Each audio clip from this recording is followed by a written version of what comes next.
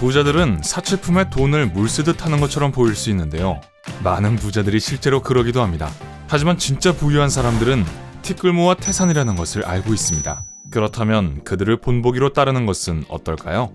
부자들의 요령은 여러분이 더 많은 돈을 모으게 해줄 거예요. 다음을 실천해보세요. 1번. 청구서 즉시 처리하기.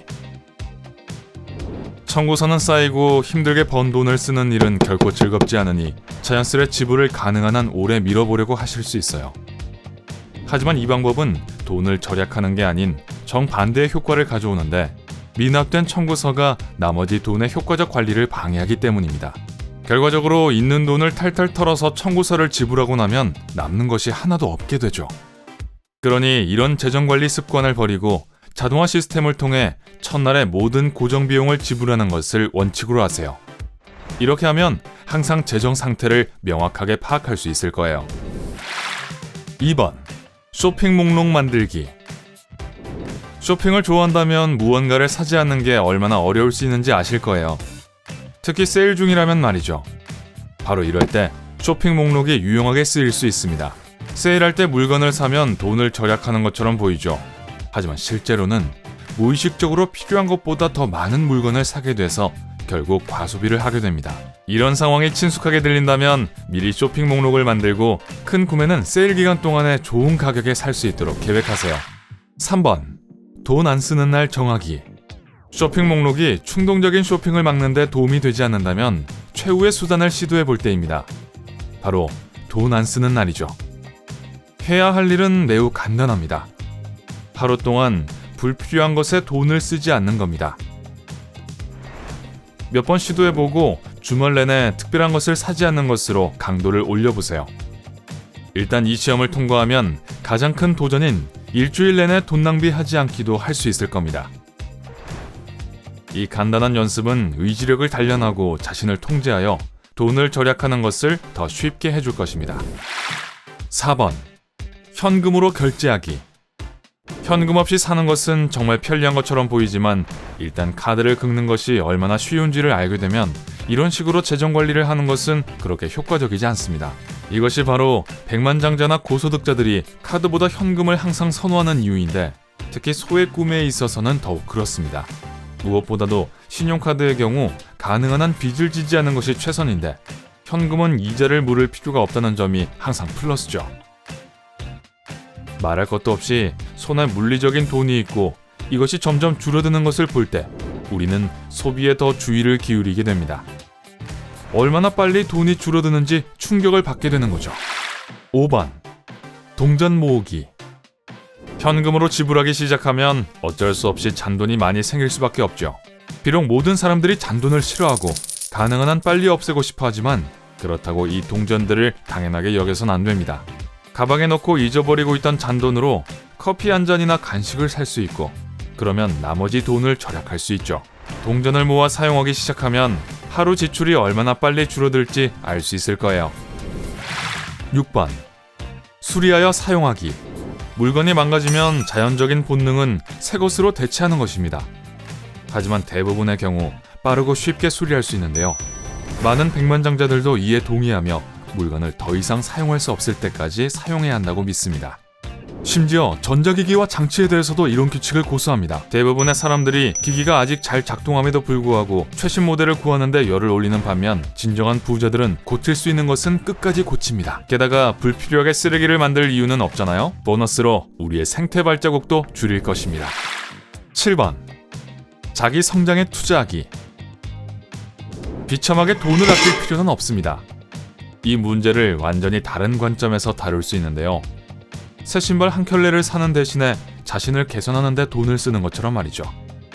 너드월렛의 개인 금융 전문가인 킴벌리 팔머는 좋은 노트북, 믿을 수 있는 자동차 또는 여러분을 위해 새로운 가능성을 열어주는 것이라면 두려워하지 말고 구매할 것을 권장합니다.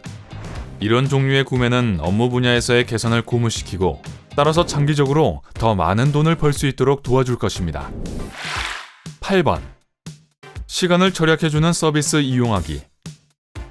효과적으로 돈을 쓰는 것에 대해 얘기하고 있는데요. 비즈니스 인사이더에 따르면 부자들은 또한 시간을 절약하는 서비스에 돈을 쓰는 것을 주저하지 않는다고 합니다. 여러분을 부로 이끌 수 있는 백만장자의 사고방식은 간단합니다. 시간은 돈이라는 것이죠. 식료품을 집으로 배달시키고 세탁 서비스를 이용하고 직장에서 더 가까운 곳에 살기 위해 비교적 비싼 집을 임대하는 것은 시간을 엄청나게 절약해 줄 수 있으며 돈을 더 벌게 해줍니다. 그 여유 시간을 이용해서 하는 일에 더 능숙해지고 새로운 흥미로운 프로젝트를 시작하고 더 혁신적인 아이디어를 얻을 수 있습니다. 선택은 무한합니다. 9번. 취미 생활에 돈 쓰기. 인생에서 가장 중요한 것 중 하나는 자신이 하는 일을 사랑하는 것입니다. 그리고 이 궁극적인 진실은 바로 백만장자들에게 있어 삶의 정석입니다. 그들은 자신을 행복하게 하는 것을 사고 이 행복을 자신의 일에 영감을 주는 연료로 사용합니다. 그러니까 기타를 배우는데 열정이 있다면 기타를 사고 사진에 관심이 있다면 좋은 카메라에 돈을 쓰는 것을 망설이지 마세요. 취미는 삶을 완성시켜주고 일에 더 많은 에너지를 줄 것입니다. 다만 이런 것을 살 금전적 여유가 있다면 그렇게 하세요. 10번. 새로운 경험에 돈 쓰기. 대부분의 백만장자들은 화려한 삶을 살고 있는데 그건 이들이 멋진 아이디어뿐만 아니라 새로운 경험에 돈을 투자할 줄 알기 때문입니다. 좋든 나쁘든 모든 경험은 우리에게 중요한 교훈을 가르쳐주고 시야를 넓혀주며 우리의 진정한 능력과 재능을 보여줍니다. 그러니 한계에 도전하는 것을 두려워하지 마세요. 스카이다이빙을 해보거나 낯선 나라로 여행을 가거나 항상 실현시키고 싶었던 자신만의 프로젝트를 시작하세요. 이러한 경험은 여러분을 더 강하게 만들고 가장 큰 강점과 약점을 드러내줍니다. 결국 이것은 여러분을 경제적인 성공의 길로 가게 할 것입니다. 11번. 24시간 규칙 지키기. 24시간 규칙은 백만장자이든 빠듯한 수입으로 사는 사람이든 누구에게나 도움이 될 수 있습니다. 쇼핑하러 갔는데 너무나도 멋진 장식품을 봤다고 가정해봅시다.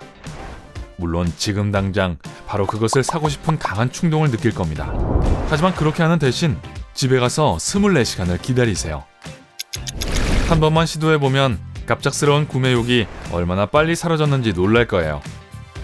이 작은 속임수는 정말로 그것이 필요한 물건인지 아니면 다음 날이면 잊어버릴 충동 구매 중 하나일 뿐인지를 알 수 있도록 도와줍니다. 그리고 이럴 경우 후자인 경우가 대부분이죠. 12번. 50, 30, 20 법칙. 물론 예산 편성의 중요성에 대해 언급하지 않고서 절약을 말할 수 없겠죠. 백만장자들이 생각 없이 눈에 보이는 물건에 돈을 쓴다고 생각하세요? 당연히 아닙니다.